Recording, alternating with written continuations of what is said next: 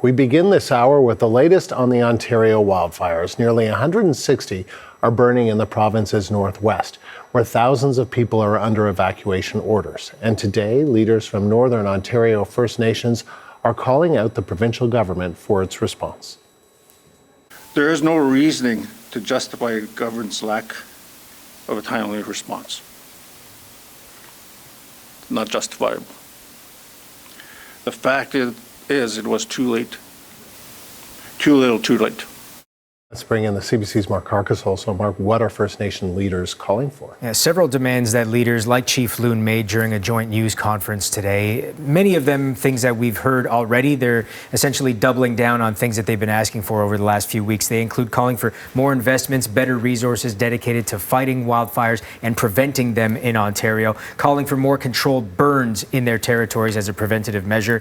They say they want to be respected and incorporated into decisions affecting their communities and to be treated as partners in wildfire preparedness. They say they have people who can help prevent wildfires in their territories too, but they need information, they need collaboration with the province in order to get that done. They also doubled down on a previous call from a couple weeks back for a public inquiry to be looking into the wildfire response of both the Ontario provincial government as well as the federal government. Chief Pauline Drake is the chief of Whitewater First Nation. She is one of several First Nations evacuated due to some of the wildfires in Ontario. She says that her First Nation, as far as she knows, is lost. They're essentially starting over again.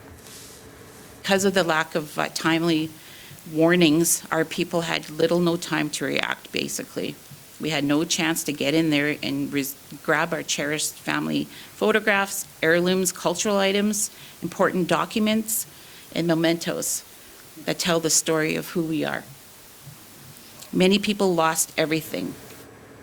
And they say that was because of a lack of warning, a lack of advice from the provincial government. They say, you heard her there, no warning. The fire essentially started, as far as they know, pretty close to their territory, and they weren't given any guidance from the Ministry of Natural Resources. They've been saying this for a while now and had to evacuate people from their territory on their own. A statement from the Chiefs of Ontario released earlier today says this summer at least 12 First Nations have been fully or partially evacuated due to wildfires this year. Some communities, like Whitewater First Nation, completely decimated by those fires. And what did we hear from the province this morning? They also had a joint news conference today between the Minister of Emergency Preparedness and the Minister of Natural Resources.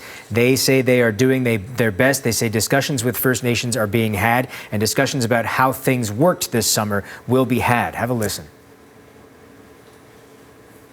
We have been meeting with First Nation leadership.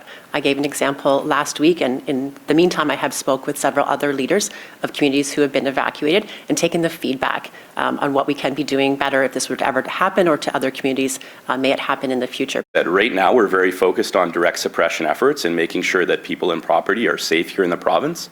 Once we get through the fire season, just like we do after every fire season, we go through what's happened well, what hasn't worked the best with our teams, and we look to change those things for the following season. Now, Mike Harris, Ontario's Minister of Natural Resources, would not say whether those evaluations that he spoke about at the end of fire season would eventually be made public. Here's how things are looking in Ontario right now. 159 active wildfires across the province, with 16 new ones discovered yesterday. 30 are considered not under control, which means they have the potential to grow. And there are some massive wildfires already in Ontario. You don't want any growth, but despite some recent rain, the weather still promotes wildfire growth in the days to come, potentially anyway. There are 150 plus wildfire crews on the ground, dozens of aircraft in the air. Ontario has been joined by over 100 wildfire fighters from Mexico this week.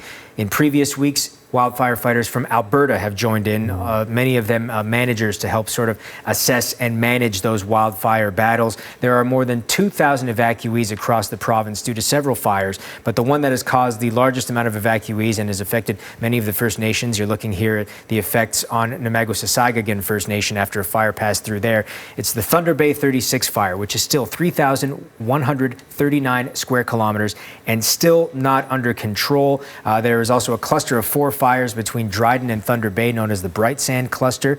Combined, they are 828 square kilometers, all of those out of control as well. There's also a grouping of 3 fires in and around Fort Frances, known as the Atikokan Cluster, a combined 941 square kilometers. All evacuation orders and alerts we've been telling you about remain in effect, though some have been scaled back, which is good news. But still, many road closures, many restrictions in place as well.